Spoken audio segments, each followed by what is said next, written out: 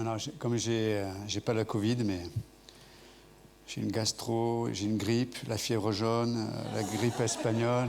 Mais c'est bon, j'ai pas le Covid, tout va bien. C'est vrai. Alors ce matin, je plaisante, j'ai pas tout ça, mais il y en a qui me regardent. Ah bon? J'espère que vous allez venir me saluer à la fin du culte. Alors, j'ai une bonne, pour dire la vérité, j'ai une bonne angine, donc je voulais pas vous partager, même si je suis généreux, mais. Ok, ce matin, je voudrais que nous puissions voir un sujet. Et on va parler du chauffard. Alors, je ne parle pas de Gérard qui est sur la route et qui est conduit comme chauffard. Alors le chauffard dans la Bible, c'est la corne de bélier en fait. C'est une corne de bélier qui permettait de sonner comme une trompette. Et ça a plusieurs significations. Donc le mot chauffard, c'est la traduction en français de l'hébreu en fait, de cette corne de bélier. Et c'est intéressant parce que on va essayer de l'appliquer pour nos vies pratiques.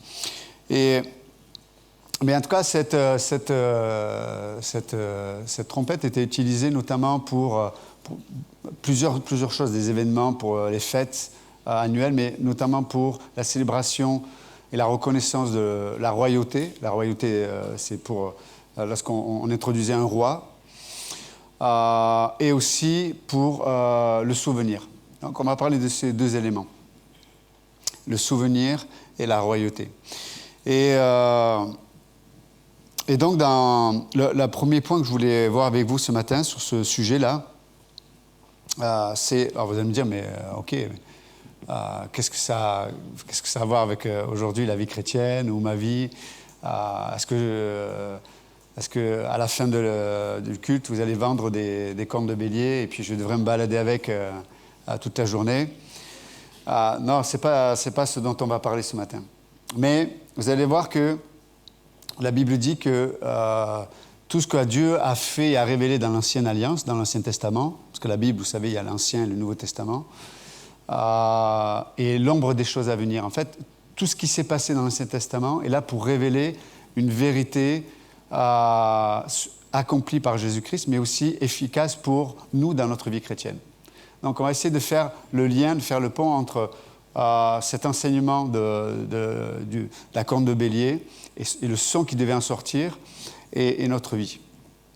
Mais la première chose, c'est, comme je viens de le dire, c'est qu'elle était là lors des couronnements d'un nouveau roi. Et dans le psaume 98:6, il y parlait de ça, il dit, mais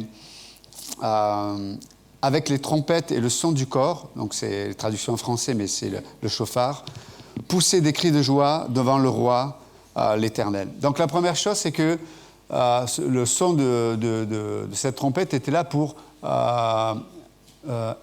révéler, ou rappeler aussi, le fait que Dieu est roi. Il est roi de l'univers, puisqu'il est le créateur. Il est le roi dans le sens que il a un royaume, donc comme tout royaume, il y a des principes, il y a des règles, il y a des lois, il y a des réalités.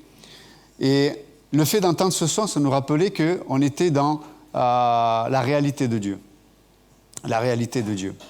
Et donc, le son de cette trompette, si on devait l'appliquer à nous aujourd'hui, c'est on va dire, une vérité ou la pensée de Dieu qui se base sur le fait que Jésus, lui, a été l'agneau de Dieu, il a été le bélier qui a été sacrifié à notre place. Donc pour le dire autrement, c'est le son de la grâce, c'est le son de l'œuvre accomplie. C'est ce que signifie le son de cette corne de bélier, le son de l'œuvre accomplie. Et on peut voir que chaque fois que l'œuvre que le Christ a fait à la croix à notre place est révélée, est magnifiée, est mise à la bonne place, comme je viens de le dire, ça nous introduit dans la réalité du fait que Dieu règne. Vous savez, ce qui peut malheureusement affecter notre vie au point où on peut vivre dans la crainte, dans les angoisses, souvent on peut paniquer, et quand on panique, on essaie de se raccrocher aux premières branches qui vont nous être proposées. Quand on vit dans la crainte, on ne prend pas forcément toujours les bonnes décisions et on n'a pas assez de recul pour pouvoir faire ce qui est juste, ce qui est bon, notamment. Mais lorsqu'on entendait ce son-là, le son de la conte de Bélier, tout le peuple se rappelait que Dieu est le roi, il est en contrôle. Dieu est le roi, il est en contrôle. Et ça devrait nous rassurer de savoir que le roi qui a créé l'univers, et que je sache, l'univers continue de fonctionner parce qu'on ne serait pas là ce matin aujourd'hui. Vous êtes d'accord avec moi? Les lois cosmologiques, la gravité, tout ça, tout fonctionne. Okay? Mais celui qui maintient toutes ces choses, il est aussi, ou il se propose en tout cas, d'être le roi de nos vies. Est-ce que tu es prêt à me confier ta vie? Est-ce que tu es prêt à te placer à l'endroit où tu vas pouvoir vivre avec ma sagesse, vivre avec mon autorité, vivre avec aussi ma protection, parce que les rois étaient là pour protéger. Ils étaient là pour organiser. Donc chaque fois que ce son-là était entendu, le peuple se savait qu'il était sous la protection et la réalité de Dieu. Donc la question qu'on peut se poser pour nous aujourd'hui, c'est qui c'est qui règne dans ma vie? Vous savez, qu'on soit croyant ou pas croyant, on vit tous dans une réalité où on se soumet à quelque chose. Il y en a qui se soumettent à leurs désirs, il y en a qui se soumettent à leur addiction, il y en a qui se soumettent, comme je disais tout à l'heure, à leurs craintes, il y en a qui se soumettent à leur sagesse, souvent de comptoir, où on refait le monde. Mais en fait, cette sagesse n'a aucune puissance pour nous faire vivre de la bonne façon. On ne peut pas s'empêcher de critiquer, on ne peut pas s'empêcher de se moquer, on ne peut pas s'empêcher peut-être de vivre dans la dépression, on ne peut pas s'empêcher d'avoir certaines pensées. On vit tous sous l'autorité de quelque chose ou de quelqu'un. Là, le son de cette conte de Bélier était entendu et à nous rappeler que ce roi-là, qui se propose à nous, il ne s'impose pas à nous. Un jour, il va s'imposer à tous les êtres humains. Mais aujourd'hui, il ne s'impose pas. Aujourd'hui, il se propose à nous. Mais ce roi nous dit que le son qu'il fait entendre et le son qu'il nous propose dans nos vies, cette conte de Bélier nous rappelle ce Dieu qui s'est donné, ce roi qui a choisi non pas de faire mourir ses sujets, mais de mourir pour ses sujets. C'est un roi qui est motivé par son amour. C'est un roi qui est motivé par sa bonté. C'est un roi qui se propose à nous et qui n'a pas simplement donné des lois. Il n'a pas simplement donné des lois où tu dois t'intérêter de marcher droit. Non. C'est un roi qui d'abord s'est donné. Et c'est pour ça que c'était le bélier, c'est un roi. Vous savez, dans la Bible, en Genèse 22, il dit que quand Dieu avait demandé à Abraham de sacrifier son fils Isaac, alors qu'il allait s'apprêter à sacrifier Isaac, Dieu plaçait un bélier à la place. Ça sous-entend que chaque fois qu'on devrait mériter les conséquences des fois de nos décisions, de nos peut-être de mauvaises actions, ou des fois même de points d'aveuglement. On a tous des points d'aveuglement. Vous savez ce que c'est un point d'aveuglement? C'est des endroits au niveau de la vue, il y a des zones qu'on ne voit pas. C'est physiologique. Mais psychologiquement et spirituellement, c'est vrai aussi. Il y a plein de choses, on a plein de points d'aveuglement et on ne comprend pas pourquoi les gens réagissent envers nous. On dit, mais pourquoi ils nous parlent comme ça? Pourquoi ils réagissent comme ça? Mais parce que peut-être on ne se voit pas vivre, on ne se voit pas parler, on ne voit pas notre faciès des fois, on ne voit pas nos réactions. On a des points d'aveuglement. Et au lieu de subir les conséquences qui sont la séparation, qui sont le jugement, ce son de cette corne de bélier nous rappelle que Dieu, lui, a choisi d'être entre moi et le jugement. C'est lui qui a tout pris. Il a pris les conséquences. C'est quand même extraordinaire. C'est pour ça que nous aussi, lorsqu'on vit sous cette réalité de la royauté de Dieu, nous aussi, on peut faire entendre ce son, des fois dans les relations. Est-ce que je réagis du tac au tac et je rends à l'autre ce qu'il m'a fait? œil pour œil, dent pour dent. Ça va être la loi qui va être donnée, mais on sait qu'aujourd'hui, si on vit sur ce terrain-là, ce n'est pas le son du bélier qu'on fait entendre. Hein, c'est un autre son. Non. Et donc, mais pour pouvoir vivre cette réalité, on doit se placer sous l'autorité de ce roi. Donc, je répète ma question. Sous quelle autorité vous vivez? Qui s'impose à vos pensées? C'est ça la vraie question. Qui s'impose à vos pensées? Donc, ça, c'est le premier point, le son de la corne de bélier. Deuxièmement, je l'ai dit tout à l'heure, c'est qu'il est là pour nous appeler au souvenir. Le peuple d'Israël, lorsqu'il entendait cette corne de bélier souffler, alors il y avait plusieurs sons, hein, des sons longs, des sons entrecoupés, je ne vais pas entrer dans les détails, mais il était là notamment pour le souvenir.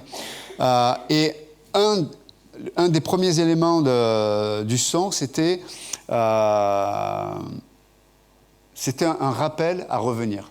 On appelle ça la repentance, ok? Mais c'est un rappel à revenir. Vous avez remarqué qu'on a tendance à s'éloigner de ce qui est juste, de ce qui est bon. Même des fois, si vous êtes déjà arrivé, vous prenez des bonnes décisions, le 31 décembre, je vais changer, mon hygiène alimentaire va changer, je vais faire du sport, et puis une semaine après, on a oublié. Ok? Donc, mais là, ce son est là et pour nous rappeler au souvenir, de revenir. Le mot repentant, c'est j'allais dans une direction, j'étais persuadé que c'était le bon chemin, c'est la bonne façon de penser, c'est la bonne façon d'agir, c'est la bonne façon d'être, de se comporter dans telle situation par rapport à mon passé, par rapport à mon futur, par rapport à mon présent. Voilà, ça c'est important. Je vais dans cette direction. La repentance, c'est, à un moment donné, Dieu nous dit, ben non, c'est pas bon. Ben on choisit d'aller dans le sens de Dieu. Repentance. Et d'ailleurs, la repentance est toujours associée à la conversion. C'est-à-dire, je change de direction, mais pas seulement. Je vais vers une personne, qui est Dieu lui-même. C'est ça la conversion. Et combien d'entre nous aujourd'hui, on est là, vous savez, aujourd'hui on a fait une vertu que d'avoir la tête dure. Tu sais, on est un caractère de cochon, on dit aussi. Les gens qui sont têtus, quoi. Ils sont têtus. Et on en fait une vertu aujourd'hui. C'est le caractère que j'ai, je ne me laisse pas faire, moi, je ne me laisse pas marcher sur les pieds. Et donc ma femme, quand je lui dis ça, elle a l'intérêt de m'obéir. Mon père l'a toujours fait. Ouais, mais ta mère s'est pendue. Oui, mais bon, ça c'est notre histoire. Okay. Mais tout ça pour dire, là, c'était pour savoir si vous étiez avec moi ce matin. C'est vrai, vous êtes là. Donc, d'avoir des convictions et de marcher dans des convictions, c'est bien. Mais il ne faut pas confondre des convictions, c'est-à-dire de rester sur la ligne de ce qui est vrai et juste selon Dieu, on va dire, et de se protéger notre ego. Voilà, je ne bouge pas, c'est comme ça. Non. Vous avez déjà vu de l'eau couler d'une montagne? Lorsqu'elle rencontre un arbre, elle ne s'arrête pas devant l'arbre en disant « Non, je ne bouge pas, c'est toi qui bouges. » Non, l'eau, elle fait quoi? Elle s'adapte, elle prend le contour et puis elle avance. C'est vrai ou pas? Il paraît qu'en philosophie, on dit que l'intelligence, c'est la capacité à s'adapter. OK? Donc, je ne suis pas en train de dire que celui qui ne s'adapte pas, il est bête. Mais ce n'est pas moi qui le dis, c'est la philosophie qui dit ça. Donc, non, on doit accepter d'être... et je sais que c'est difficile, c'est pour ça qu'il faut un contexte où il y a le son, la corne de bélier, c'est-à-dire un contexte de grâce, un contexte d'amour. Parce que là où tu sais que la personne t'aime, si toi tu dois te remettre en question, tu ne remets pas en question la motivation de l'autre. Par contre, si tu es dans un contexte où tu ne sais pas l'intention des gens, c'est vrai, tu es au travail, tu es dans la famille, ou peut-être avec ton mari ou ta femme, si tu doutes de l'intention de ta femme ou de ton mari, tu vas résister. C'est vrai ou pas? Tu vas rentrer coup pour coup, tu vas dire, il faut que je me protège de cet ennemi-là. C'est dommage, parce qu'en général, on se marie avec la personne qui devrait être notre meilleur ami. Pourquoi ça change, des fois, malheureusement? Donc, mais on doit avoir le son du bélier, le son de l'œuvre accomplie, le son de la grâce, nous permet de nous remettre en question. parce qu'elle nous rappelle la finalité. La finalité. C'est que le Christ qui a choisi de mourir comme cet animal, ce bélier-là, on peut voir les fruits que ça a apporté. Ça a apporté la victoire, ça a apporté la résurrection, ça a apporté, comme je dis, la victoire sur tellement d'ennemis. Mais combien d'entre nous, on refuse d'entendre ce son-là? Et on résiste. Et on résiste. Et vous savez, malheureusement, c'est là où on fait du mal aux gens et on se fait du mal à soi-même. D'accord? Et on peut voir combien Dieu, la Bible dit que Jésus-Christ, lui, n'a pas résisté. Il n'a pas endurci son cou. Et dans la Bible, le cou, ça parle de la volonté.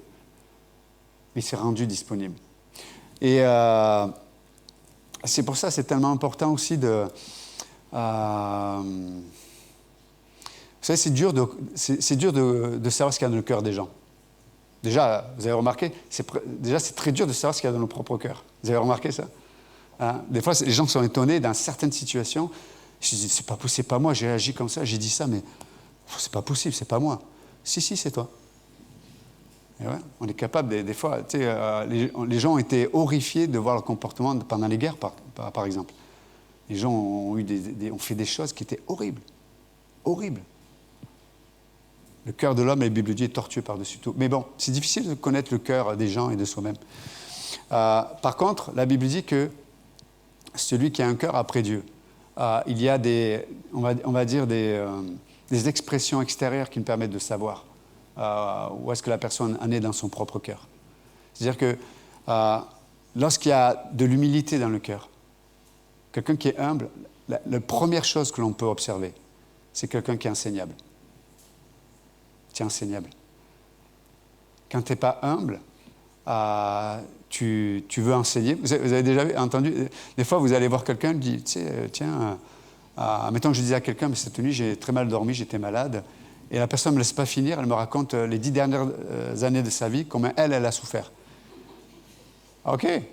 Donc les gens ne te laissent pas finir, ils te parlent d'eux-mêmes. C'est des gens qui s'écoutent eux-mêmes. Vous voyez ce que je dis? OK. Donc, si j'avais envie d'entendre ce que tu as vécu les 10 dernières années, OK, on peut discuter de ça. Mais juste, je voulais te dire, moi, est-ce qu'il y a une oreille pour... Vous voyez ce que je veux dire? Donc, mais la première chose, c'est ça, quelqu'un qui est enseignable, quelqu'un qui se laisse pas manipuler, c'est pas le terme, au contraire. Quelqu'un qui est droit dans ses bottes, dans ce qui est vrai et juste. Mais quelqu'un qui est malléable dans les mains de Dieu. Qui est malléable aussi dans les relations aussi. Parce que le désir, c'est pas d'avoir raison seulement. Le désir, c'est qu'est-ce qui peut être utile pour l'autre. C'est beau ça, non? Qu'est-ce qui peut être utile pour l'autre? Waouh! Mais moi, je ne peux pas avoir cette pensée-là si moi-même, mon cœur n'est pas rempli. Vous voyez? Et ce qui remplit mon cœur, c'est faire la place à Dieu. Et faire la place à Dieu, ça commence toujours par la repentance. Accepter ce que Dieu dit de ma vie. Est-ce qu'on est prêt à ça? Ça demande l'humilité. Hein? C'est comme des gens, des fois, ils sont malades, ils vivent tellement... des fois, on est tellement désécurisés dans notre identité. Si quelqu'un nous dit, il y a quelque chose, tu ne veux pas aller voir un médecin ou quoi que ce soit, la personne... On a peur d'entendre un verdict ou un diagnostic. Des fois, beaucoup de gens ne veulent pas entendre. Ils ne veulent pas se placer à un endroit où ils peuvent entendre. Ils ne veulent pas se placer dans des relations où les gens peuvent leur dire des choses. Ils veulent juste des bénis oui-oui. Non, moi je veux juste avec des gens, on est juste des relations superficielles, on fait la fête, on s'amuse, etc. Mais je ne veux pas de vraies relations intimes où les gens, ils peuvent me remettre en question des fois. Non, ça, je n'en veux pas. Moi, je veux juste des gens qui soient d'accord avec moi. Ah, mais c'est pas... Tu n'avanceras jamais dans la vie. Tu n'avanceras pas. Non, on doit apprendre aussi à avoir des relations avec des gens qui nous aiment assez pour nous dire, là c'est pas correct, quoi. Là, ton comportement, ton attitude, ta façon de parler, attends, mais c'est pas normal. Vous voyez ce que je veux dire? Il faut qu'on ait des gens comme ça dans nos vies. C'est ça, de vraies amitiés aussi. Et imaginez si c'est en plus des gens qui sont attachés à la parole de Dieu. C'est extraordinaire. Troisième chose, j'en ai 46, donc c'est bon, hein, c'est que midi 5. Donc... OK. Non, je plaisante, hein, j'en ai 42, mais bon, non. Troisième point, Ce son-là nous rappelle le don de la loi. Vous savez, quand Dieu est apparu à Moïse et a révélé la loi, donc la parole de Dieu, c'était au son de la corne de bélier. Et les gens étaient effrayés. Ils étaient « Waouh !» Ils avaient peur. Il y avait des tremblements de terre, il y avait des éclairs. Waouh ! Mais heureusement pour nous, l'agneau, le bélier, a été humilié, crucifié à la croix. Et on n'a plus à craindre la parole de Dieu. Pourquoi ? Il a tout accompli. Jésus-Christ, quand il a vécu, il a accompli parfaitement la loi de Moïse. Vous imaginez ? Et Dieu lui a dit, OK, tu veux représenter tous les hommes, il faut que tu prouves que tu es capable de représenter tous les hommes. Il a vécu comme un homme. Alors qu'il était Dieu. Il aurait pu faire ce qu'il voulait. Non, il a choisi de dépendre du Père céleste comme n'importe quel autre homme pour te représenter, toi et moi. Et le Père a dit, OK, ta vie, j'ai rien à dire. Tu représentes parfaitement l'humanité, mais sans péché. Et donc, il a accompli la loi de Moïse parfaitement.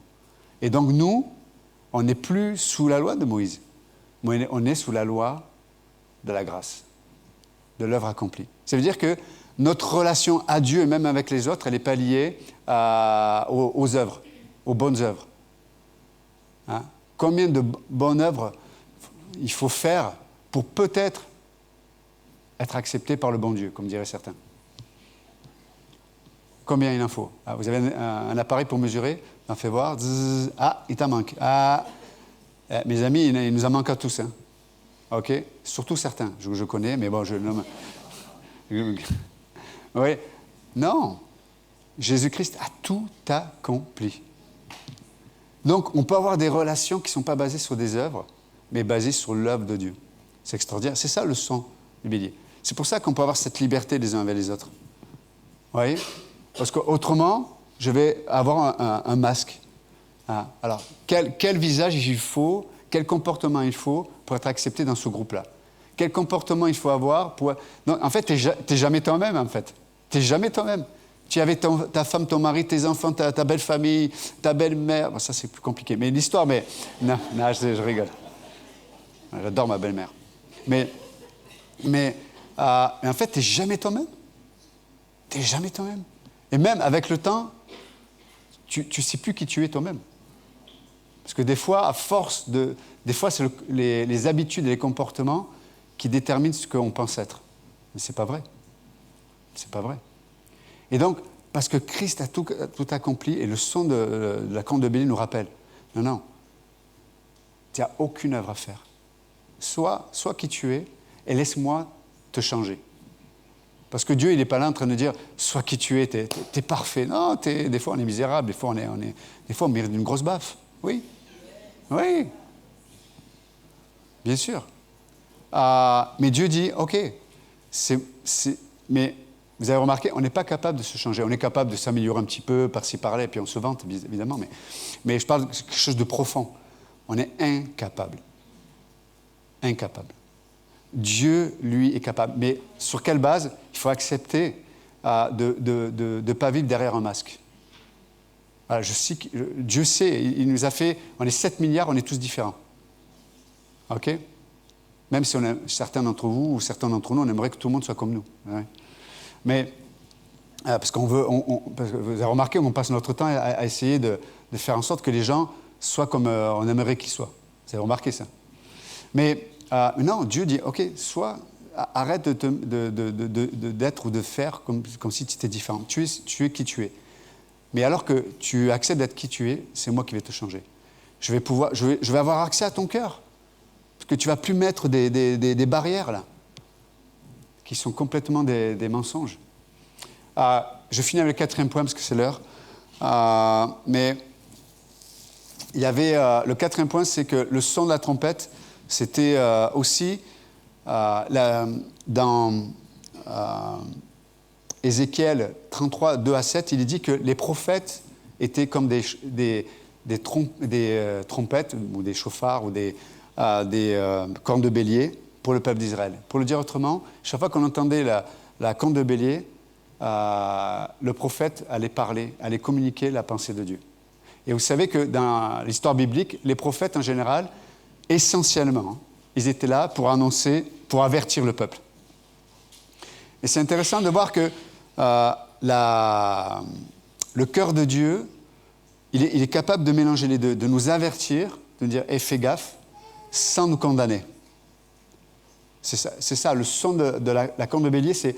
Il y a un avertissement, mais c'est un avertissement qui nous asservit pas, mais c'est un avertissement au contraire qui nous sert, parce qu'il ne nous place pas dans la sphère de la culpabilité. C'est ça. Et c'est extraordinaire de savoir que le son de la grâce, le son de l'œuvre accomplie quand on lit la parole, lorsqu'on est ensemble, qu'est-ce qui se passe? Elle est préventive. Ce son, il est préventif. Il nous prévient, il nous avertit. Il dit « Hey, fais gaffe, tu veux t'engager dans cette relation avec Géraldin? Et fais gaffe. Ouais, mais il a changé. Il a changé. C'est qu'il a faim peut-être. Parce que s'il peut manger gratuitement avec toi, vous comprenez l'image. Il ne s'engage pas, il ne se marie pas, mais in fine, il a ce qu'il veut. Oui. Mais non, assure-toi. La Bible te met en garde. Assure-toi. Prends du temps et des gens de sagesse, un regard. Vois les tests, comment il réagit dans les tests.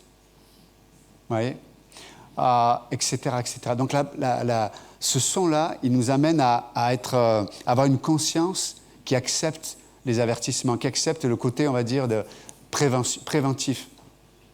Dieu est un Dieu préventif. Vous savez, il y a des souffrances qu'on n'est pas obligé de vivre. Hein. Vous êtes avec moi ou pas? Dieu veut nous préserver de certaines souffrances. Vous n'êtes pas obligé de passer par certaines souffrances. Et c'est ce que fait le son de la corne de bélier, là. Ce son de l'œuvre accomplie, ce son du cœur de Dieu. Il nous prévient. Il dit non, marche pas là-dedans. Marche pas sur ce terrain, marche pas sur ce chemin-là. Arrête de parler comme ça. Arrête de confesser. Il y a des gens qui passent leur journée, c'est les haut-parleurs de l'atmosphère. Vous vous souvenez, atmosphère. Mais l'atmosphère, je parle des influences, on va dire, invisibles dans ce monde. Des humeurs. Les gens, toute la journée, ils sont négatifs. Toute la journée, non, arrête. Arrête de faire ça. Ça pollue ta vie, ça pollue ton âme. Et après, les gens se disent, je ne comprends pas, je suis en dépression. Mais tu t'arrêtes pas d'entretenir ça. Toujours négatif, toujours... Non, nous, on est là, on doit projeter l'espérance. Quand ce son était entendu, il y avait une promesse. Dieu est fidèle. Dieu est en contrôle. Dieu est le roi. Waouh! Et donc, dans ce que je vis, qu'est-ce que je confesse dans ce que je vis? Qu'est-ce que je prononce dans ce que je vis? Qu'est-ce que je prononce dans ce que je vois chez l'autre aussi? Est-ce que je suis toujours en train de... Parce qu'il y a des choses que je n'ai pas réglées en moi, je suis toujours en train de faire un transfert. T'es bon à rien, t'es ceci, t'es comme ton père, ton arrière-grand-père, comme les dinosaures à l'époque. Qu'est-ce qu'on confesse avec notre bouche? Qu'est-ce qu'on dit? Tellement important. Et là, c'était le son qui parlait de côté préventif de la parole de Dieu, prophétique. Vous savez, le pupitre, notamment, est prophétique, normalement. Il y a une pensée. Dans la communion des saints, il y a des paroles prophétiques qui sont données. C'est extraordinaire. Donc, Dieu veut nous prévenir. Attention, attention. Certains, peut-être d'entre nous, on pense qu'on a encore 100 ans à vivre. Je vous le dis, peut-être que vous n'avez pas 100 ans à vivre. Dieu nous avertit. Il dit, ta vie a un commencement, ta vie a une fin. Et les décisions que tu vas prendre pendant la vie que Dieu te prête, elle va avoir une réalité dans l'éternité. Si certains pensent que, oui, je n'ai pas trop fait de mal, et puis on verra, Dieu me jugera, ou il n'y a pas de Dieu, il n'y a rien après la vie, il n'y a rien après la mort, il n'y a rien, quoi. C'est les adorateurs du rien, hein, l'air de rien. Hein. Mais l'histoire, elle est là, c'est que, mais non, la Bible dit que non. il y a quelque chose. Et il y a quelqu'un qui est mort et qui est revenu à la vie qui nous a dit, oui, il y a quelque chose. C'est Jésus. Donc, la Bible est prophétique, elle me dit, attention. Et la Bible dit que Dieu dit, celui qui entend ma voix, n'endurcis pas ton cœur, dans l'Épître aux Hébreux. Ça veut dire quoi? N'élève pas des raisonnements. Moi, je pense que, Et, tu sais, moi, souvent, j'aime bien être pragmatique, c'est-à-dire, est-ce que ce que je crois, quel fruit porte ce que je crois? C'est facile de dire, moi, je crois ci, je crois ça, je pense ci, je pense ça, mais quel fruit ça porte? Tu vois la vie des gens, dans certaines familles, dans certaines relations, c'est que des ruines. Partout où ils passent, il y a de la souffrance, il y a de l'incompréhension, il y a de la confusion. Les gens, ils n'ont aucun sens à leur vie. Pourquoi tu vis? Comme un animal, c'est comme ma tortue. J'ai une petite tortue, Caroline, là. Elle est là. Je lui pose la question tous les jours, je dis pourquoi tu vis? Elle me regarde avec des yeux d'air d'autoroute. Mais il y a des gens, tu leur poses la question, pourquoi tu vis? Oh, on vit le jour. Et puis moi, en tant que pasteur, je vois qu'après, quand tu vas au chevet de ces gens qui sont en train de mourir, quelques minutes avant de mourir, ils me répondent pas la même chose. Ils me répondent pas la même chose. Parce que là, la réalité, elle est en face d'eux. Donc, Dieu nous avertit. Il nous prévient, mais rempli d'amour, rempli de grâce. Hey, je t'aime tellement. Arrête de penser comme ça. Change. Reçois ce que je pense. Parce que je t'aime. Je veux le meilleur pour toi.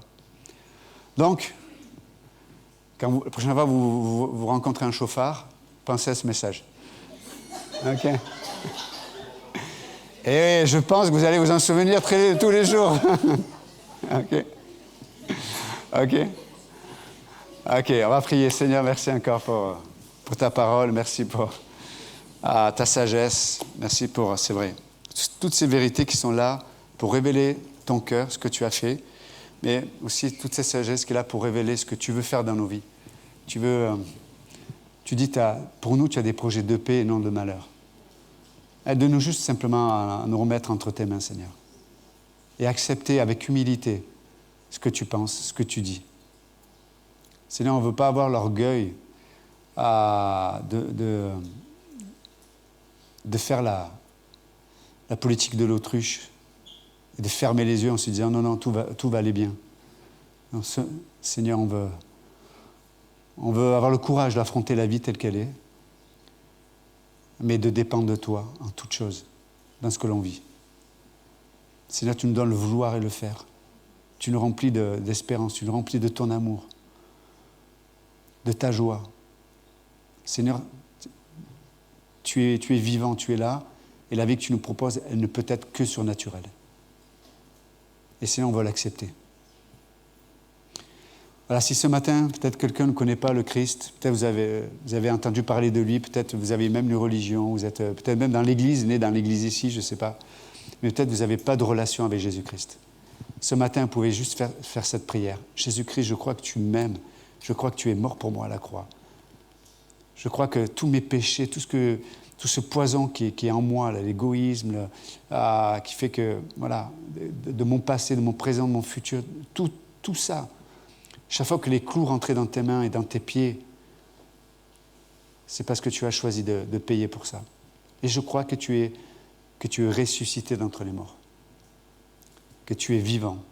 Et je veux, Seigneur Jésus, viens dans mon cœur, sauve-moi. Je veux te connaître. Je veux être proche de toi. Et si ce matin vous avez fait cette prière, peut-être avec vos propres mots,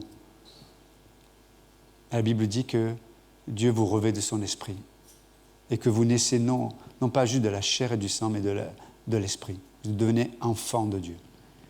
Donc si vous avez accepté le Christ comme votre sauveur ce matin, n'hésitez pas à en parler peut-être à la personne qui vous a invité, ou un pasteur, ou un ami. Te remettons le reste de cette journée et aide-nous, Seigneur, à avoir les oreilles pour entendre le son de cette corne de bélier. Dans le nom de Jésus, nous prions. Amen. Que Dieu vous bénisse. Merci.